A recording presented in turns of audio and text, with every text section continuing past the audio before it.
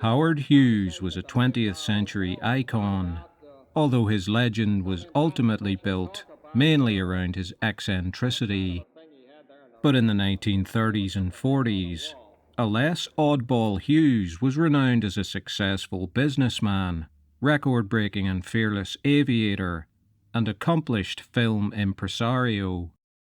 The story of his final decades was a shocking decline into ill health and reclusiveness, as he succumbed to obsessive compulsive disorder and chronic pain that had plagued him since a near-fatal air crash.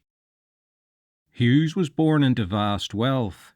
His father, Howard Sr., had built the Hughes Tool Company into a powerhouse of industrial machinery. By the age of 19, both his parents had died, and Hughes inherited 75% of the company. He fully indulged his interests in science and technology and aviation, having had his first flying lesson at age 14. He was also a daily golfer, playing off a scratch handicap, and considered a career in professional golf, though by his mid-20s, his interest in the game had waned. Hughes' obsessive behaviour started to manifest itself in the 1940s, with his mounting involvement in Hollywood and movie making. After buying the struggling RKO Studios and firing 700 employees, he ordered investigations of those who remained, to ensure that none had any left-wing sympathies. The studio's stars were not immune from private investigations into their political leanings either. Hughes dated many Hollywood legends, including Joan Crawford, Bette Davis, Ava Gardner, Katharine Hepburn, and Ginger Rogers.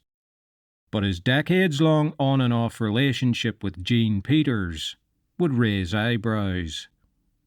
The couple met in the 1940s and considered marriage in 1947, though they wouldn't tie the knot until 1957. When they were not an item, Hughes' security men would follow her everywhere, with instructions to warn off any men who showed an interest in her. While directing the 1943 film The Outlaw, Hughes became obsessed with a small flaw in one of Jane Russell's blouses, and wrote a lengthy memo to the crew, demanding that it be fixed. Director Richard Fleischer, who worked under Hughes as executive producer on the 1951 film His Kind of Woman, wrote frustratedly of the tycoon's obsession with trivial details and the difficulty of working with him. He also noted that Hughes had wildly unpredictable mood swings. 5 years before that, in 1946, Hughes had narrowly escaped death while test flying the XF-11, a new Air Force reconnaissance plane. Serious injuries from the crash resulted in an addiction to codeine and almost constant pain. In 1958, Hughes announced that he wanted to screen some movies at a film studio near his home. He stayed in the studio's darkened screening room for more than 4 months without leaving. Surviving on a diet of chocolate bars, chicken and milk, he was surrounded by dozens of Kleenex boxes that he constantly stacked and rearranged. He wrote detailed memos to his aides, informing them that they could neither look at him nor speak to him unless spoken to. For the entire 4 months, Hughes sat in a chair, often naked, watching movies. There's lots more to come in this video, but please consider liking, subscribing to the channel and sharing. And please consider supporting my work with a PayPal donation. The link is in the description. Thank you. Emerging in the summer of 1958, his appearance became the image with which he would always be associated. Long hair and nails, near or fully naked, with horrendous personal hygiene. From the screening room, he moved into a bungalow at the Beverly Hills Hotel, along with his aides and his wife. He continued watching films in the nude, which is thought to be due to a condition called allodynia, a chronic pain ailment, where pain is experienced through the mere touch of anything such as clothes or the cutting of hair. By now, Hughes had also developed his famous aversion to germs. Items would have to be passed to him using a series of tissues. Rooms in which he stayed were dusted constantly, and the merest hint of dust on the clothes of one of his aides would be criticised. Curiously, though, for someone germ-obsessed, he also began to store his urine in bottles.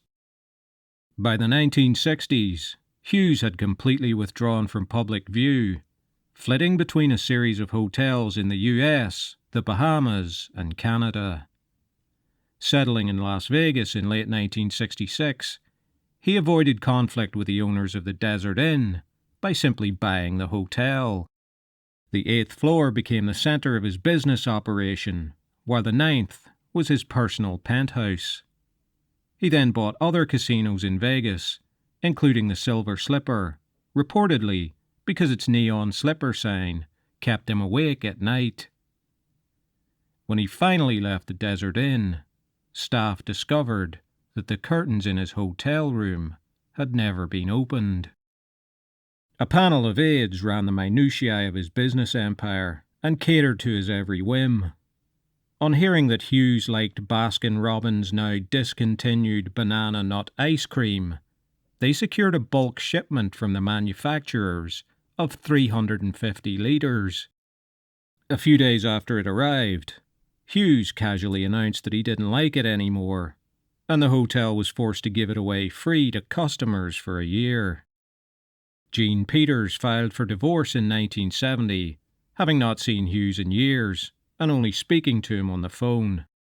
Shortly after that, his reclusiveness presented another problem. Authorities in Nevada planned to root out organized crime in Las Vegas by making casino owners appear before a committee, a prospect which horrified Hughes. He offered to appear by phone, which was rejected. Feeling unfairly treated, he left Las Vegas, initially surfacing in Nicaragua. Then, after buying the Xanadu Princess Resort in Grand Bahama, he relocated there and stayed in the penthouse suite for almost all the last 4 years of his life. His only contact with the outside world were occasional phone teleconferences. So disconnected from society had he become that people even doubted that the voice on the other end of the phone was really him. Howard Hughes died on the 5th of April 1976, on board a Learjet bound for the Methodist Hospital in Houston. His long-haired, long-nailed frame weighed only 90 pounds, and 5 broken hypodermic needles were found in his arm. In the opinion of the coroner who performed the autopsy, one of the richest and most famous men in the world had died in a worse condition than a penniless tramp.